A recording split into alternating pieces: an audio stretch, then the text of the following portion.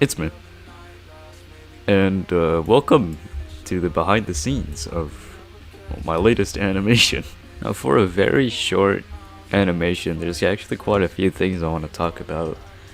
And I've already segmented it in the description, so you can go ahead and like check through those. But yeah, without further ado, let's get started.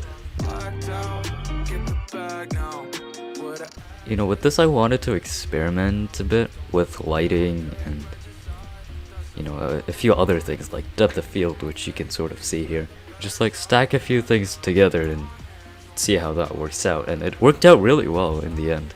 Here's a zoom out of the map, which really isn't much because like it's only one camera angle. I don't really need to do much. There's some interesting things I want to point out, and first of which is this. I tried giving like sort of an effect of these hills and trees being far away from the camera, and you can sort of see it. You can it's a bit pathetic right now, but you know, once I turn on depth of field, it's like it's like it's really far away. It's like it really is far away. While I'm talking about depth of field,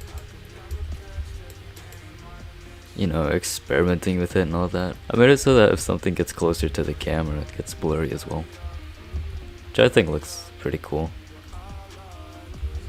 You can see like somewhere in this area, like, you can clearly like see the edges there, but once he gets closer, it gets a bit smoothened out, which I think is pretty interesting.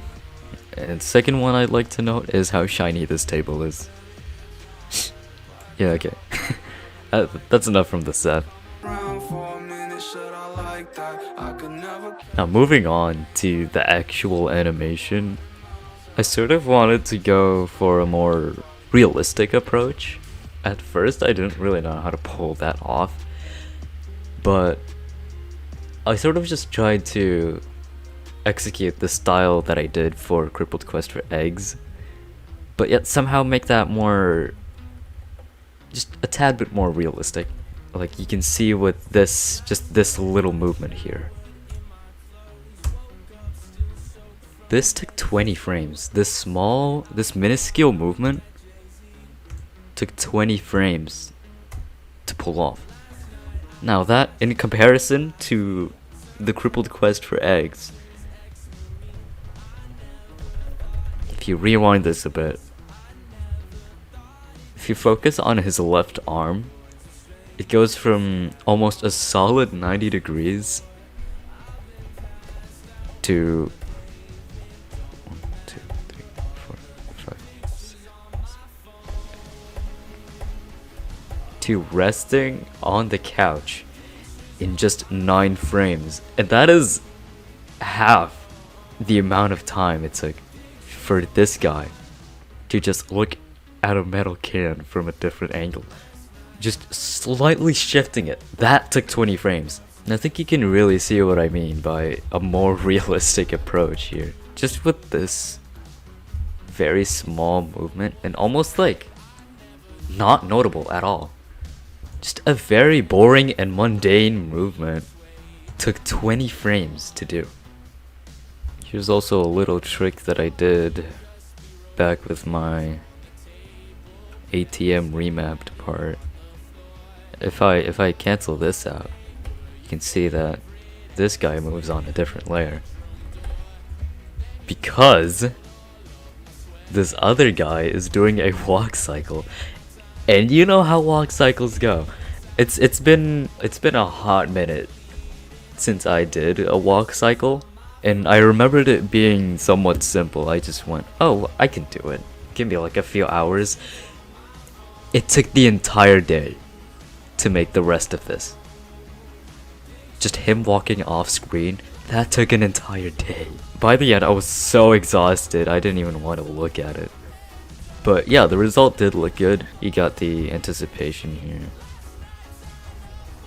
You can see like him going like back a bit and then forward, which I thought was a pretty cool effect. I think that really was a lifesaver, because with stop motion, you can't really go back to fix a mistake. That's just not an available option. So just hope that you did something good. Just pray that it'll look good, and then keep going, because you have to keep going. There's no other way you'll make progress. And like, making progress in itself is hard as well, because this walk animation, you know why it took so long? Because there's this one mistake that I just kept looking at over and over again. It had me super pissed off, so I had to hop on paint.net to fix it myself. Because I couldn't just go back to like when I made the frame. No. That's a long way from here, because I was like already over in this area. The mistake was back here. If you look over here, you can see a little splice in this area. You can see it does move sort of weird as well, but not as weird as it did before I made the changes, because it was unbearable to look at. Now that walk cycle took an entire day, but this one didn't take as long. Initially, this wasn't even supposed to be a thing. It was supposed to be just a little refresher to me, just a little animation practice. But I've passed the threshold where it went from just a silly little practice animation to something that it actually looks good, and like now I want to finish it now and, you know, fully flesh it out. I was still sort of experimenting with things a little bit, and that walk cycle, that was a prime example. Because now this one, it didn't take as long, like I said, because I learned from the mistakes of the previous one. I mean, that's not to say this didn't take a significant amount of time as well. It did. It very much did. There was a bit of trial and error put into this, because I had to like redo this part quite a bit, at least like once. This part where he stands up, that was very tricky. That was very tricky to pull off. It's a very small space here. Like, I don't know how he would have like gone out of that position straight into a walk cycle. That's jeez. But nevertheless, I did pull it off, and it did look decent enough to be passable. And also another thing, it's storyboarding. I didn't have like a physical storyboard where like I drew everything out or like blocked everything out to like have a bit of reference of what I'm gonna do next. I had that all in my head, just in my mind. I had it written down mentally. So from here, let's say, oh, he's in this position, he's going to put the can down and look at the other character, because the other character moves his head a little, and that grabs this character's attention. You know, something like that. I had to picture that in my head, like do a couple rounds just sort of imitating the movement that the character in the animation is going to do in real life as reference. You know how artists like pose themselves to like sort of get a bit of like reference for the character they're drawing? That's me, but instead of drawing, it's like finding different poses, different key poses to integrate within my animation. So like I think a key pose would be here, and then here, and then here. So like 3 different key poses. And then you also have like this other character moving at the same time as well. This was mostly just to test like how far I can go, like sort of learn how to go from pose to pose. Because even in my ATM remap part, while that did look good and like smooth and all, it did in general just look pretty stiff. So with this, I try to fix that problem by focusing a lot more on each individual limb of a character and rotating them in like almost every angle. You see the torso here, like it goes to the right and then down, and then even more down, and then it goes up in like an arched motion. That is one of 6 limbs I have to go through individually. That on top of the left arm here, it goes back a bit and then goes down straight to the leg, pushes a bit into the leg and then follows the torso upwards. Oh yeah, and another thing I want to show. So for the walk cycle, I think you can see it here. Yeah, the pivot is down here. So if I move it, it'll follow basically where he stepped. So like I can move him forward a bit. I can move him forward. And then for the leg that's on the ground, I can just whoop, and it's following his body. And then this one, the pivot is up here instead. It's not stuck to the ground. It's following his body, right? So look, I can just move it like that. But basically, yeah, just me finding a lot of things that I didn't know I could do, and then doing it, and most of all, having fun doing it, because this was really fun to do, actually. In reality, like, throughout all the trials and tribulations, this was genuinely fun to make. Next thing I want to get into is the sound design. Now, sound design, that's weird, right? Why would that be here? Usually I just, like, plaster some sound effects, you know, sync it up to the actions in the animation and just call it a day. So you know how this is in stereo, right? Which means, hold on, I could take this audio sample and play it, and you can see on this tab here, this represents the left speaker and this represents the right. If I play the audio, you can see how it's equal. But if I were to just do a little bit of tinkering, you can now see that it's veering more to the right. And you can hear it too in your right speaker in your headset. It's definitely more in the right side of things. So I thought, hey, that's really cool. Maybe if I can like put that somehow like into my animation, that would be really awesome.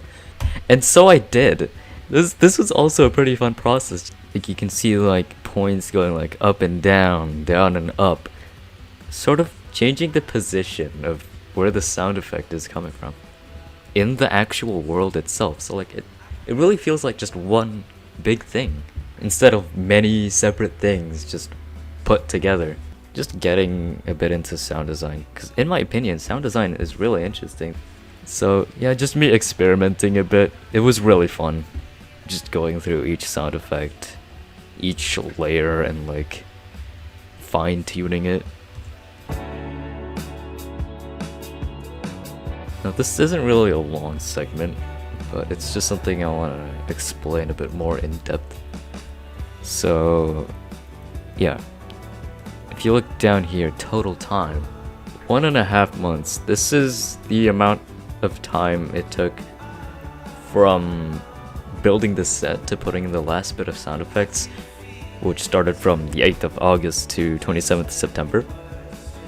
But if you look up here, work time, this is a rough estimate of how long it would have taken to make the animation if I didn't take that many breaks. I could have done it in a shorter amount of time than 1.5 months just to finish 35 seconds of animation.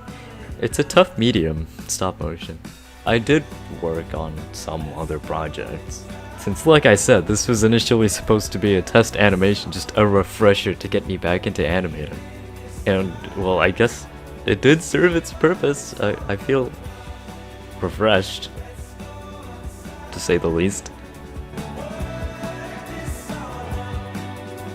Closing thoughts? This was really fun to do, actually. All in all, it was really fun. There were a lot of things I learned, and all of them I'll implement in my next set of animations. And although there were ups and downs during the making of this animation, but in the end, the result looked good, and I did have fun. And I'd just like to thank everyone who's, you know, joined in on the streams, keeping me company. Because I think without you guys, without my loyal community, this would not have been done. Like, I don't know, I really wasn't feeling it that time. but I got it done in the end, and probably because of you guys. And I just want to say genuinely thank you so much. There might have been a few things I glossed over. So, if you have any questions, go ahead and ask me in the comments below. Oh, and I also did a speed paint of the thumbnail. Also on the second channel. So you can check that out if you want. But yeah, that's basically all I needed to say. Thank you guys for watching. And I'll see you all next year. Bye bye.